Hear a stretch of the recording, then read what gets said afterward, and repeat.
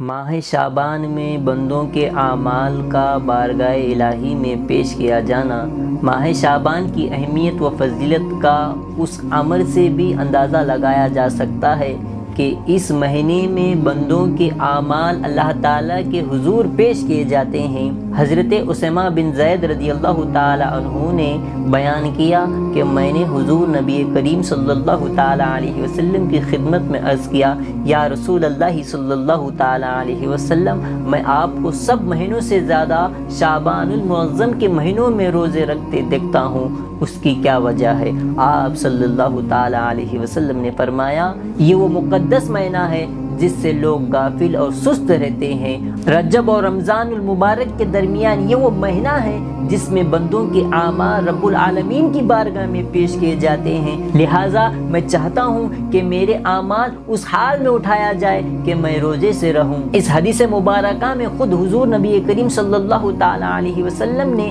اس ماہ کی فضیلت کا ایک راز بتا دیا کہ شعبان ہمارے اعمال اللہ تعالیٰ کی بارگاہ میں پیش کیے جاتے ہیں۔ جو شخص اس مہینے میں جتنے زیادہ اعمال بجا لاتا ہے، زیادہ عبادات کرتا ہے، روزے رکھتا ہے، صدقات و خیرات کرتا ہے، اسے اتنی ہی اللہ تعالیٰ کی رحمت و مغفرت ہوتی ہے اور اسی قدر بارگاہ الہی سے اور مقبولیت نصیب ہوتی ہے۔